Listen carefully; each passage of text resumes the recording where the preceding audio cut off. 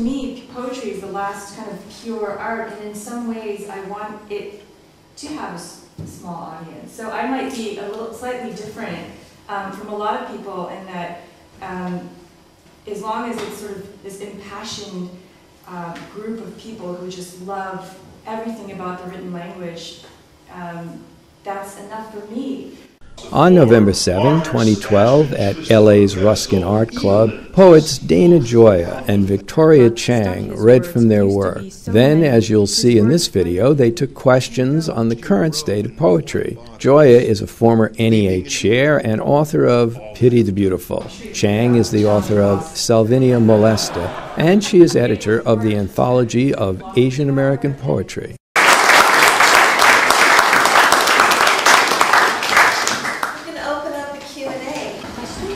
Curiosities? Yes. Dana, are you more optimistic or pessimistic about the state of poetry today, or somewhere in between, or neither? Well, you know, I'm more optimistic. I mean, it sounds very odd. I'm more optimistic about the state of poetry than fiction or spoken theater. And it's because, you know, poetry, you know, you can just stand in a room and belt it out. You don't need a publisher, you don't need a theater, you don't need a community in a sense. And it, you know, it is the most ancient art, and we're sort of moving back into an oral culture. That being said, I think that if we lose fiction and theater, we lose civilization. You know, poetry has been a barbarous undertaking all. But I think people, and I think that actually poetry is probably healthier than it was 20 years ago. Why do you think live theater is in danger? Because I looked at the numbers, and for the first time in calculated history, which is says the surveys have begun, is now fewer than 10% of the U.S. population sees one play, spoken play, in a year's time. So it's, you know, it's almost, the audience has almost been cut in half over the last 20 years. But do you think one of the problems with contemporary poetry is that the language itself is dead? In other words, we've lost, we've become over-technologized. Behavior has become interpreted by psychology, and that in particular. And the corporate logo, corporate speak and news speak and bureaucratic speak has intervened in so much with our natural relationship with the natural world. And do you think that's one of the difficulties, is that just language itself? And everything you're saying is true. But, you know, a healthy culture, that would be part of the target of poetry. The poetry would have all these things that as you did them, people would recognize you're cleaning the language. You know, I think Victoria did some of that, actually. Yeah, and so, you know, so I think that that's, Victoria, what do you think about that? Is it, do you feel that that's something you're combating? It's smart to toss it. Toss it, you know.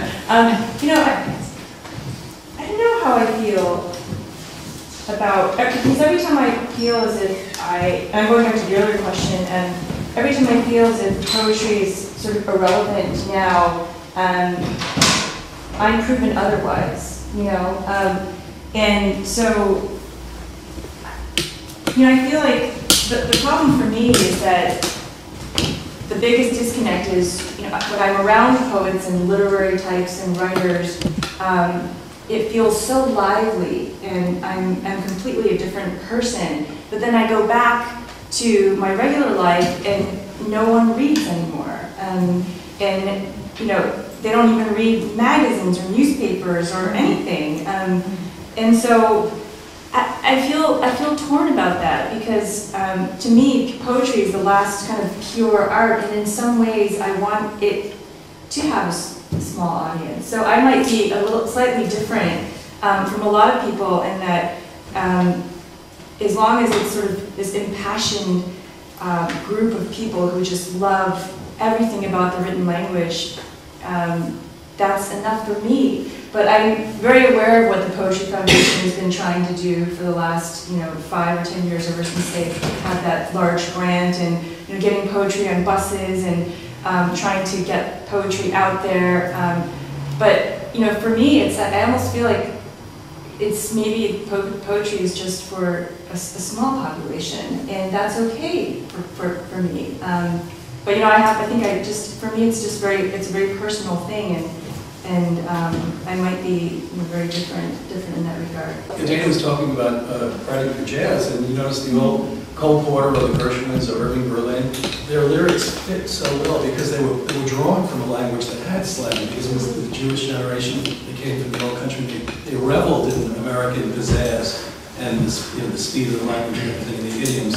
And I find that if you listen to pop music now, there's so little of that, it seems to me, and corresponding to poetry. I mean, I'm just making it very clear. Let me say, I have some students, some of my students are in the audience, and I have said that coming and teaching but I think it's a great university. I think USC is a great university. They have tremendously qualified students. I'm astonished at how small the vocabulary has become, how small their historical range of association has become, how small their mythic kitty has grown, and it's been replaced by brand names, by slogans, and things like this, which is essentially corporate-owned speech. And I worry that too much of people's brains today are actually owned by people with TM and circle R after words. And so I think that a poet is laboring under a great disability, because there's less and less that you can do, in terms of just summoning up, the things that you want to book, tying things together across ages and things like that. But the fact is, every age is crappy.